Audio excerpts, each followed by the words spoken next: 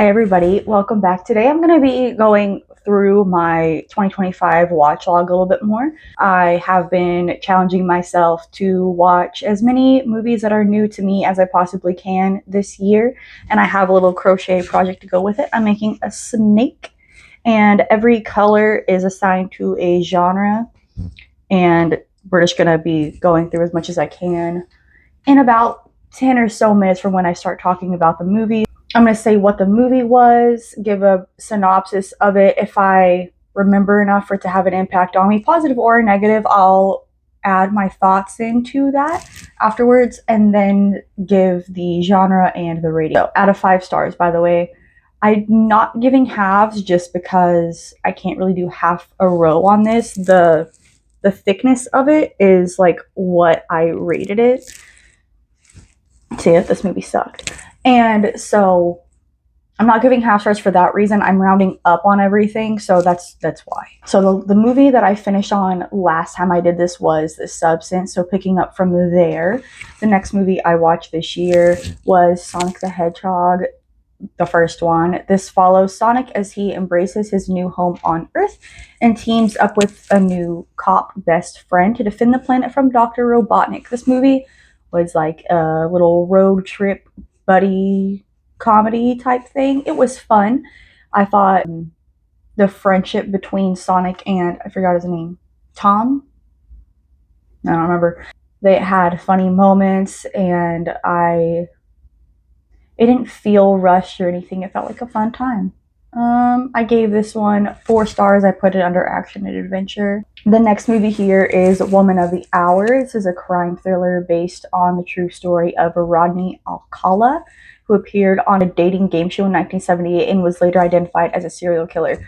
I saw some people say that they didn't like the timeline of this, how it was cutting back and forth between his victims and then the woman that we're following, which is Anna Kendrick, and he won the date with her, and it didn't bother me at all that it was going in that way. I think this movie did a good job of building suspense and then also showing his history in a fine way, and also seeing what he had done before helps you understand, like, yeah, he does come off as charming and everything, but he's a killer. And so I gave this one 4 stars as a drama. This next one is Longlegs. This movie is set in 1990s. It follows FBI agent Lee Harker as she investigates occult-related murders linked to a serial killer called Longlegs. This movie was so fun to me in a weird way. I like the detective style movies where they're kind of cat and mouse gaming it. He gets arrested and she goes to talk to him. And it's crazy because, like, you think, you know that he's behind all of it, but you don't know how exactly. And he kills himself in front of her, and then the murders keep happening. It does leave some things unexplained. I don't care. The main thing in this movie is the devil is real, and Longlegs is using that to kill. He has an accomplice that goes and takes these dolls to these houses that make the families go crazy, and murder-suicide situation, family assassination, family annihilator, I'm sorry. And Nicolas Cage ended up in here. I loved it, and I thought this movie had a great twist in it, and it was very interesting and kept me, like, it keeps you pretty uncomfortable the whole time. It was just an unsettling watch to me. And horror 5 stars. The next one I watched was Sonic the Hedgehog 2. Sonic's humans, they leave him home alone when they go on vacation. Dr. Robotnik comes back. He now has Knuckles the Echidna with him, and they are in search for a powerful emerald. Tails shows up, and together they find it before Robotnik gets to it. I don't remember a whole lot of this, except that there was, like, a lot of human plot in it. They, like, went to a wedding and all this stuff. It was better than the first one just because there's more going on. It's not just like a little road trip thing. There's some more elements at play here. I did give it a star more because Tails is my favorite So action adventure, 5 stars for this one. Missing. Missing follows a teenager using technology to find a missing family member. This is done all on screens, like her phone, there's FaceTime, there's text messages, like there's her laptop and camera footage. There's so many twists in this movie, and I love this movie so much because it keeps you think you know where this is going, and then you're wrong, and then you think like this person's in on it, but they're not. I like that the twists aren't just there for shock value. It actually makes sense at the end. There's some movies where there's a twist and you're like, okay, but then why did this happen type thing. But this, it ties everything up so great. If you haven't watched it, please do. I'm leaving it vague so you can be as surprised as I was the first time I watched it. So it's on Hulu and it's called Missing, and it's a mystery, and I gave it 5 stars. Perfect. Love this movie so much. The next one, it's another great one. Unbreakable from 2000. Yeah, I had never seen this. I watched Split when it first came out, but I hadn't seen Unbreakable, so I actually was kind of out of the loop when that whole thing happened at the end where everyone was like, oh my god, it's from The Thing. I didn't know it was from The Thing. I was like, oh cool, Bruce Willis is here.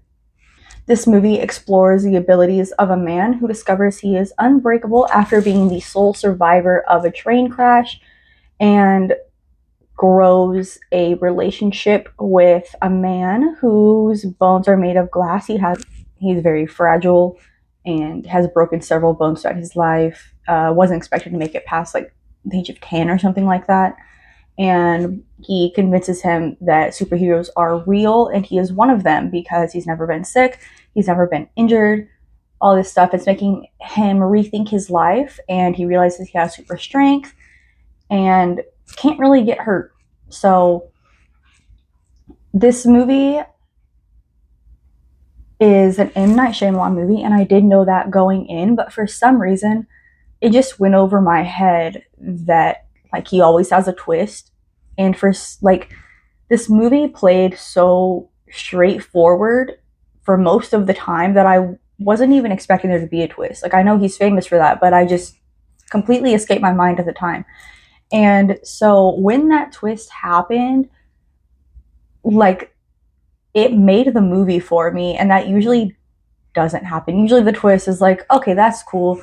But no, like this movie was like probably going on a 3 until that happened, and then I was just sold. That it was so good. It caught me so off guard, and it was just like a big mind blown moment. I think I yelled at my laptop like, what the fuck.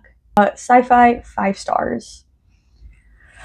This next movie was the Firefest documentary on Netflix. This is a documentary about the build up to Firefest, but what actually occurred, all the models coming and like doing promotional content for it and stuff, and influencers being promised like these 2-3 bedroom Airbnb type things, and they showed up and there's just like tents kind of set up. It's not even on the same island that they were advertising it was going to be on. And yeah, I don't remember much about it. I just remember that I usually like learning about like scammy stuff, scheme stuff like that, and the way it just wasn't interesting to me. I kind of struggled to get through it.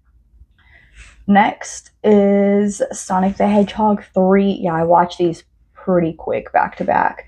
Sonic, Knuckles, and Tails face Shadow the Hedgehog, who is working with Robotnik to get revenge on humanity. I know most people think that these movies only get better as they go. I do not feel that way. I have never been a fan of Jim Carrey or his humor. And so this one, he was Jim Carrey a little too hard for me to enjoy it. It made me just like roll my eyes at this point. I remember in the first one, I commended it for being like, he's not doing too much here. By the third one, I was like, okay, I get it. I've had enough. Sorry. I know that's a reason that a lot of people like this one more, but it really knocked it down for me. So I gave this one 3 stars. The next one, Ballad of Songbirds and Snakes. This movie follows a young President Snow. This is in the Hunger Games world. In the year of the 10th annual Hunger Games, the family has fallen on hard times, and he is selected to be a mentor to a tribute. And if the tributes win, they get like a prize to allow them to attend the university, like a scholarship type thing. I read the book and really enjoyed it, and the movie just didn't live up to that. I know it can be tricky on these, especially. I mean, the books are thick, there's a lot going on in them. I think this would have benefited from being like a limited series instead of a movie. Once he goes to the districts, I'm so sorry, once he becomes like a peacekeeper and goes to the districts, like the rest of the movie was kind of hard to get through, and the book didn't feel that way, but the movie did. I think that this movie would have benefited from like an inner dialogue situation so we could remember his motives, because in the book you are pretty much aware that he is doing this out of self-preservation and for his family, not because he actually cares, until maybe like once he gets to the districts as a peacekeeper. But he even has actions there that are very self-serving and get his friend killed. So yeah, I think that it would have benefited from seeing that internal struggle and what he's thinking. So sci-fi 3 stars. We're gonna end this on a high note. The movie I watched after Ballad of Songbirds and Snakes was Into the Spider-Verse. This is about Miles Morales becoming the Spider-Man of his universe and crosses paths with 5 other Spider-Men from other dimensions to fight a threat that is threatening all of the dimensions. So they meet Peter Parker in the multiverse, and the first time I watched this, I kind of watched it like a year or so after it came out. It was on Netflix or something, and I remember I was doing something else like while we were watching this movie, and I wasn't that into it. I really wasn't paying attention, and I remember like the animation style kept kind of throwing me off. I wasn't here for it, but watching it now, sold. I love the conflict of like his dad not liking Spider-Man and him hearing all that. I liked that whole like back and forth and the tension between the two of them, and then he finds out like about his uncle and stuff that is a Prowler. I think it's in this one. I hope it's in this one. I watched the other one like a couple weeks after. I really liked this. Him and Gwen's friendship is so good, and yeah, I loved this movie. I've never seen anything like this animation style. It looks like a straight from a comic book, and I really, really love all the colors and the way that this movie unfolds and everything. So this is animation 5 stars. So where we got on this thing, we got from here to here, and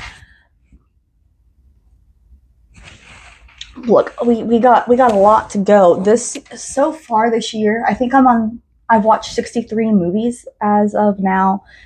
It's August 9th, and I've watched 63 new ones. My goal is 100. I am a little off track, I think, because I'm planning on not watching anything new in October and just kind of watching my favorite horror movies again. So we'll see. All right, so that's all I have for you today, and I will see you guys in the next one real soon. All right, bye.